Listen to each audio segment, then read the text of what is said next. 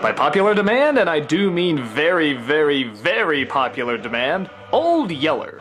This is the one I probably got the most criticism over skipping. Everyone proclaims it a Disney classic, and the reason I didn't review it before is because, quite honestly, I had never seen it before. The reason? Well, everybody ruined the ending for me. I won't give it away here, but let's just say if you know the ending, you kinda get the idea what kind of story it is, and even though I knew it was probably good, I kind of avoided it, saying to myself, I'd much rather see a film I don't know the ending to. But Disneycember, rightfully so, has forced me to finally look at this film that's beloved by so many, and yeah, it is really, really, really good. Honestly, it's among one of Disney's best. The reason being that a story like this can so easily be done wrong. It can so easily be made too corny. It can so easily get wrapped up in sappy music or overly sympathetic speeches, and especially being Disney, you would think that's what was going to happen in this film. But it doesn't. It has a very nice, consistent tone. The story centers around a family whose father, played by Fess Parker, has to go away for 3 months on a cattle trail. He declares his son, played by Jeff York, to be the man of the house to run things and make sure the farm goes smoothly and all that good stuff. But he gets off to one heck of a bad start when a stray dog makes all sorts of trouble, scaring away the animals, eating up a bunch of the food, just being an all-around pain. But his younger brother says he really wants a dog, and the mother seems to kind of agree. A friendly animal, even if he is a troublemaker, would work out well, seeing how the little brother now has very few friends to hang with, seeing how his older brother is now taking care of everything. But the older brother vows never to like the dog, while over time the dog does prove his worthiness, and of course they form a strong friendship. From this point on, it's nothing but the experiences and adventures that him and his dog share. Yeah, that's right, no straightforward villain, no money scheme, no any of that dumbass crap that we feel we have to put in these other family films.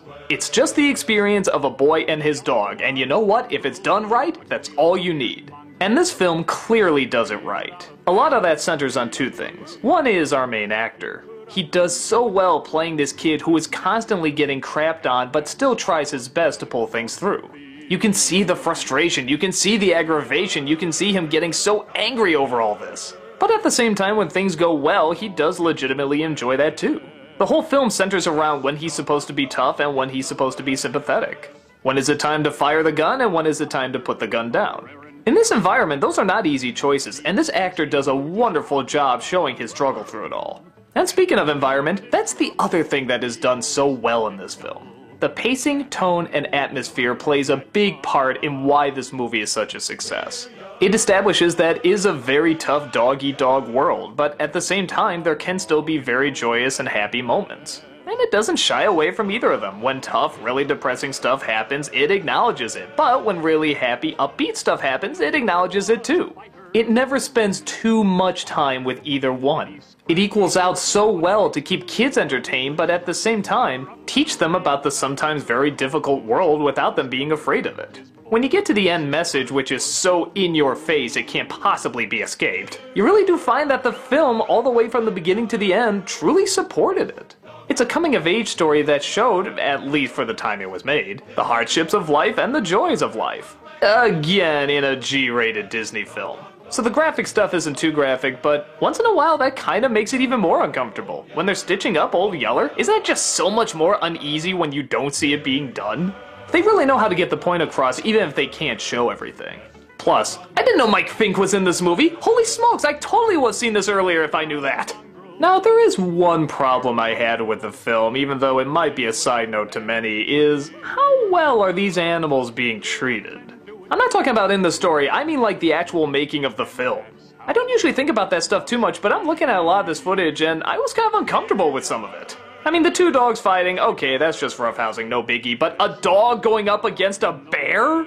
Could they always make sure that nothing dangerous was gonna happen there? Look at the way this kid just tosses this frog and this snake. In fact, why the flying fuck did you give a kid a snake? I know that kind of snake is not likely to bite, but it's still giving a kid a fucking snake! I mean, maybe they were treated okay and it's just really, really good effects, but I don't know, you got a dog chasing a rabbit, that's one thing, and then you got them running under a mule, that's another thing, and then you got the mule running off after them, isn't this some really dangerous shit? I don't know, I could be reading too deep into it and it's years in the past, but it made me feel a little uneasy. But on the whole, the film is, like everybody says, a really friggin' good film. It doesn't need to rely on villains or complicated plots, it's just a little slice of life, written with characters that you care about in situations that you want to see them get through. And all the heavy moments and the happy moments never seem out of place. They seem to just meld into each other so naturally. It's emotional, it's effective, it's a damn good movie. I know most of you have seen it, but even if you haven't and you know what's gonna happen in the end, I can assure you as someone who is in the same situation, it's still definitely worth checking out. Best dog on dog.